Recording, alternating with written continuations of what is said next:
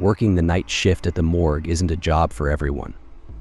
The silence, the cold, the presence of death, it's enough to make most people's skin crawl. But for me, it was just another day at work, or rather, another night. I wasn't afraid of the dead, it was the living that scared me. But lately I started to think there might be something else that could frighten me, something lurking in the shadows. My shift began at 10 p.m., and by midnight, the building was as quiet as a tomb. Only the faint hum of the fluorescent lights accompanied me as I went about my duties. The corpses I processed were nothing more than empty vessels, their souls long gone. But there were nights when I felt that something lingered in the morgue, something I couldn't explain. It all started about 2 weeks ago. I was logging in a body that had just arrived. The man had died in his sleep, a peaceful end for someone his age. As I finished the paperwork, I noticed something odd, a shadow out of the corner of my eye. It was quick, just a flicker, but enough to catch my attention. I turned my head sharply, but there was nothing there. The shadow had vanished as quickly as it had appeared. I shrugged it off, thinking it was just my imagination or a trick of the light. But as the days passed, the occurrences became more frequent. I would see shadows darting across the room, sometimes standing still, just out of the reach of the light, as if they were watching me. I told myself it was just fatigue. Working nights can mess with your head, make you see things that aren't really there. But deep down, I knew it was more than that. One night, I was preparing a body for an autopsy. The room was chilly, as usual, and the sterile smell of disinfectant hung heavy in the air. I was alone, as always, with only the body for company. As I was making the initial incision, I felt a cold breeze sweep across the back of my neck. It was strange there were no windows open, and the air conditioning had been off for hours. I paused, knife in hand, and looked around. The shadows in the room seemed darker, more pronounced. That's when I heard a faint rustling sound, like fabric brushing against something. It came from the corner of the room, where the light didn't quite reach. My heart began to race as I strained my eyes, trying to see what was there. The shadows seemed to shift, almost as if they were alive, moving in a way that didn't seem natural. I wanted to move, to get up and leave, but my feet felt rooted to the floor. The rustling grew louder, more insistent, like someone was moving closer. I could feel my breath quicken, my hands trembling as I gripped the scalpel. Then, just as suddenly as it started, the noise stopped. The shadows returned to their usual stillness, and the room was silent once more. I forced myself to take a deep breath, telling myself it was nothing, just my tired mind playing tricks on me. But it wasn't nothing. The next night, the disturbances became more pronounced. I was alone again, filling out reports, when I heard the faintest whisper. It was so soft that I almost didn't notice it at first, like the wind blowing through the trees. But there were no trees outside, no wind, nothing that could make such a sound. The whispering continued, growing louder, more urgent.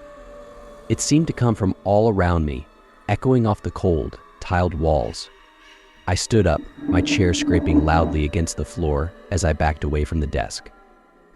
The shadows on the walls seemed to stretch, elongating in unnatural ways, their dark shapes distorting as if they were reaching out for me. I turned around, my eyes scanning the room for any sign of movement. But there was nothing, only those damn shadows. They were everywhere, clinging to the walls, the corners, even the ceiling. They seemed to pulse, to breathe, like they were alive. The whispering grew louder, more distinct, though I couldn't make out the words. It was like 1,000 voices all speaking at once, their tone cold and malevolent. My heart pounded in my chest as I backed away, my hands shaking uncontrollably. I didn't know what to do, where to go. I was trapped, surrounded by those unnatural shadows and the voices that accompanied them. I could feel my sanity slipping away, my mind struggling to comprehend what was happening. In a desperate attempt to regain control, I grabbed the nearest object, a heavy metal tray, and hurled it across the room. It clattered loudly to the floor, the noise echoing through the silent morgue. The shadows seemed to recoil at the sound, shrinking back momentarily before resuming their creeping approach. I bolted for the door, my breath coming in ragged gasps as I stumbled down the hallway. The whispering followed me, growing louder, more insistent. It felt like the shadows were chasing me, their dark tendrils reaching out to pull me back into the morgue. I didn't stop running until I burst through the exit and into the cool night air. I stood there for a moment, my heart racing, my body trembling. The whispering had stopped and the shadows were gone, but the terror remained. I knew I couldn't go back inside, not after what I had experienced. But I also knew that whatever was in that morgue wasn't going to let me go so easily. Over the next few nights, I tried to rationalize what had happened.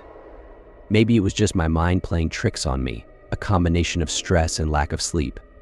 But deep down, I knew the truth. There was something in that morgue, something dark and malevolent that thrived in the shadows. It had been watching me, waiting for the right moment to strike. I didn't quit my job, though. I needed the money, and I told myself I could handle it. But each night, the disturbances grew worse. The shadows became more aggressive, the whispering more insistent. I could feel them closing in, suffocating me with their darkness. One night, I came face to face with it. I was working late, the only light in the room coming from the flickering bulb overhead. I heard the whispering again, louder this time, more demanding. The shadows were everywhere, surrounding me, pressing in from all sides. I turned around, and there it was, a figure standing in the doorway, its form obscured by the darkness. I couldn't see its face, but I could feel its eyes on me, cold and unfeeling. The whispering grew louder, almost deafening, as the figure slowly moved closer.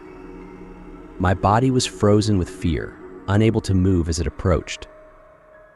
Just as it reached out to touch me, the lights flickered and went out, plunging the room into complete darkness.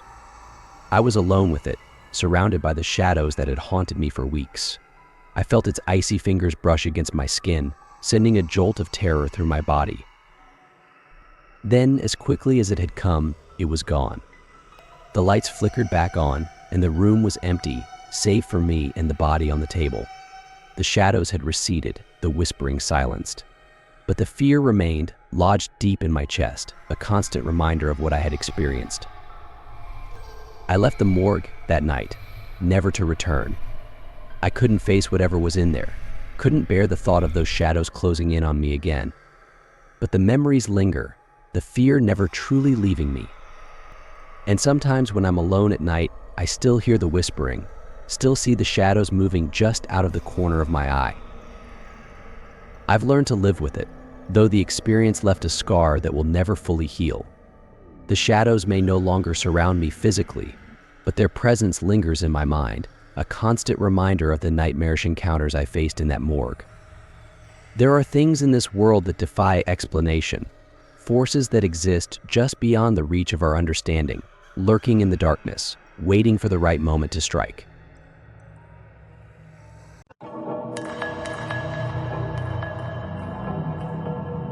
I never expected a hospital job to be so chilling, but as a night shift janitor, I've come to learn that the darkest horrors can lurk in the most mundane places. My name is Mark, and tonight I'm about to share an experience that has haunted my every waking moment since.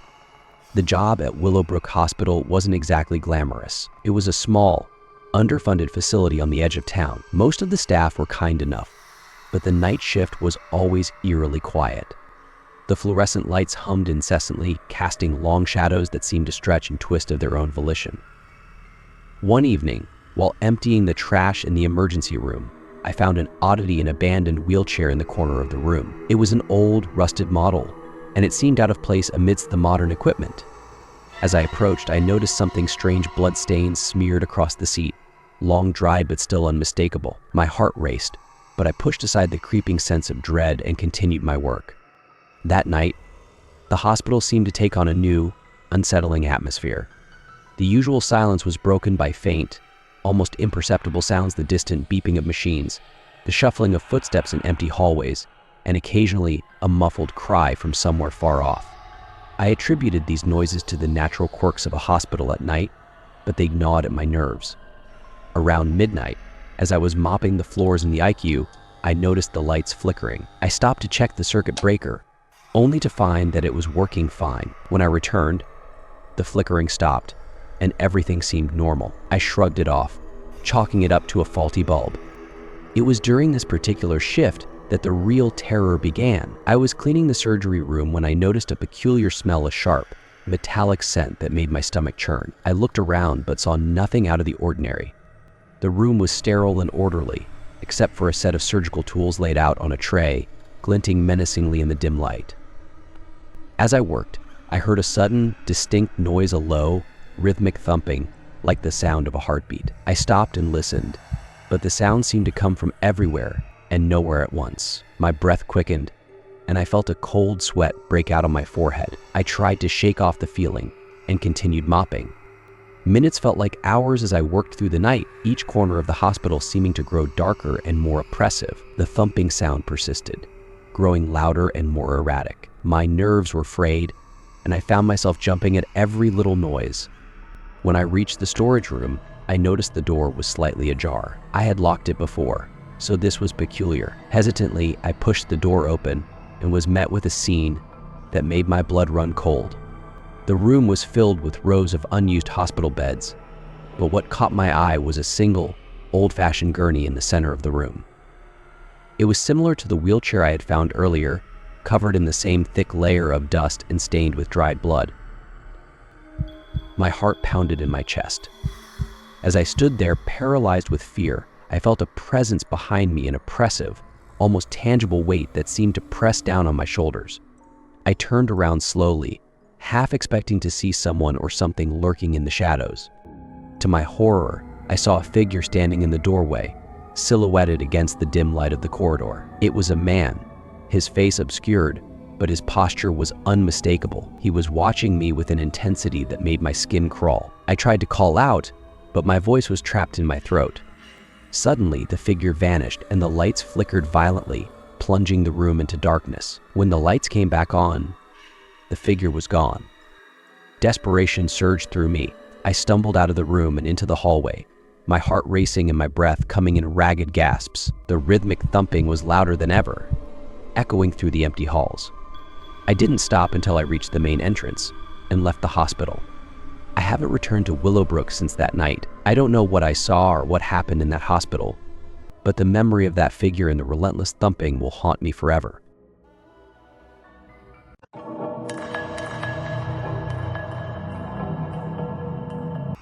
I've been a nurse at St. Mary's Hospital for over 5 years now. The work is demanding, the shifts are long, and the exhaustion often blurs the lines between day and night. Some days I feel like I live in that hospital more than in my own home. But what makes St. Mary's different from any other hospital isn't the long hours or the relentless pace. No, it's something else entirely, something I can't quite explain, but that I feel every time I walk through its doors. It all started a few months ago. I had just finished a grueling 12-hour day shift, but due to some last-minute call-offs, I was asked to stay on for the night shift. I didn't want to, but I didn't have a choice. The hospital needed me, so I stayed. The night shift at St. Mary's has always been unsettling. The hallways are quieter, the lights dimmer. It's like the entire building takes on a different personality once the sun goes down. The air feels heavier, and the shadows, well, they seem to move just a little differently. The first few times I noticed something strange, I brushed it off. Long hours can play tricks on your mind. I would catch glimpses of something out of the corner of my eye, a movement, a flicker of shadow, but every time I turned to look, there was nothing there. It was probably just the tiredness, I told myself. The fatigue settling into my bones and making me see things that weren't really there. But then it happened. I was making my rounds, checking on patients in the ICU. The usual beeps of monitors and the soft hum of ventilators filled the air, a symphony of life and death that had become so familiar to me. I was used to the sounds, the smells, even the occasional eerie quiet that would settle over the floor in the early hours of the morning. But that night was different. As I walked past room 304, I saw it. A shadow, a dark, feminine figure moving in the corner of my eye. I stopped in my tracks, my heart skipping a beat. The patient in that room was an elderly woman who had passed away earlier in the day. The room was supposed to be empty, the body taken away hours ago. I shook my head, blaming the long hours and my exhaustion for playing tricks on me. I walked into the room, turned on the light, and as expected, it was empty. But the feeling of being watched, of someone or something being in the room with me, lingered. I quickly finished my rounds and tried to shake off the unease, but it clung to me like a shadow. Over the next few weeks, things got worse. Her shadow became a regular presence during my night shifts. I would see her out of the corner of my eye, just a fleeting glimpse, always in the periphery. Sometimes she would be standing at the end of a hallway, other times in an empty room, but always watching, always there. I became obsessed with finding an explanation. I started arriving early for my shifts, staying late, wandering the halls of St. Mary's in the hope that I could catch more than just a glimpse. I even talked to some of the other nurses, carefully bringing up the subject without revealing too much about what I had seen. A few of them exchanged knowing looks, but no one would say anything outright. They just said it was an old building with a lot of history and left it at that. Then, one night, I found myself in the hospital's basement. I'm not even sure how I got there. One moment, I was on the second floor, and the next I was walking down a narrow staircase that I didn't remember ever seeing before. The basement was cold, much colder than the rest of the hospital, and the air smelled damp and musty. I could hear the hum of machinery, the hospital's heating and cooling system, most likely, but there was something else too. A faint, almost imperceptible noise, like the whisper of voices just out of earshot. I wandered down a long, dark corridor, the walls lined with old, rusting pipes and flickering fluorescent lights. The farther I went, the more oppressive the air became. It felt like something was pressing down on me, like the walls were closing in. But I couldn't stop. I had to know where this hallway led. At the end of the corridor, I found a door. It was old, made of heavy wood, with peeling paint and a rusted metal handle. There was no sign, no indication of what lay beyond, but I felt drawn to it, compelled to open it. I reached for the handle and hesitated. A part of me, a small, rational part, knew I shouldn't be doing this. I should turn around and go back upstairs, finish my shift, and forget about this whole thing. But that part of me was drowned out by the overwhelming curiosity, the need to understand what was happening in this hospital. I turned the handle and pushed the door open. The hinges creaked loudly in the silence, and I stepped into the darkness beyond. The room was pitch black, the air thick with the scent of decay. I fumbled for a light switch, my fingers brushing against cold, damp stone. Finally, I found a small, metal switch and flicked it on. A single bare bulb flickered to life, casting a weak, yellowish light across the room. What I saw made my blood run cold. The room was small, no more than 10 feet by 10 feet, with low ceilings and walls made of rough stone. In the center of the room was a metal table, old and rusted, with leather straps attached to it. But it was what was on the table that made my heart stop. It was a woman, or what was left of one. Her body was desiccated, the skin stretched tight over her bones, her eyes sunken into their sockets. Her hair was brittle, hanging in limp strands around her gaunt face. And her hands were clutching something, holding it to her chest, as if it was the most precious thing in the world. I stumbled back, my heart pounding in my chest, bile rising in my throat. This couldn't be real. It had to be a nightmare, some horrible hallucination brought on by exhaustion. But the sickly sweet smell of rot was too real. I turned and fled, not caring where I was going, just needing to get away from that room, that thing on the table. I ran down the corridor, up the stairs, and burst out into the brightly lit hallway of the hospital's first floor.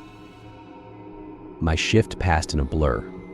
I went through the motions, caring for patients, administering medications, but my mind was elsewhere back in that room with that woman.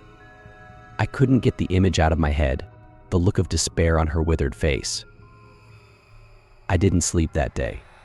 I couldn't. Every time I closed my eyes, I saw her, heard the faint whispers in the darkness. When night fell again, I found myself back at the hospital, drawn to it despite my fear. I had to know more. I had to understand. I started researching the hospital's history, spending hours in the local library, poring over old newspapers and records. St. Mary's was over a century old, and its history was as dark as the shadows that lingered in its halls. There had been a fire in the 1920s, a small one that was quickly contained, but it had started in the basement right where I had found that room. According to the records, several patients and staff had gone missing during that time, their bodies never found. The fire was blamed, of course, but there were whisper stories that were never officially recorded of strange happenings in the hospital before the fire, of a woman who wandered the halls, searching for something or someone. The more I learned, the more the pieces started to fit together. The shadow I kept seeing, the one that had haunted my night shifts, it had to be her, the woman who had died in that basement. But why was she still here? What did she want from me? I left the hospital that night, unable to finish my shift, and I haven't returned since. So now I'm left with a choice to return to St. Mary's and face whatever is lurking there, or to walk away and let the shadows of that hospital follow me for the rest of my life.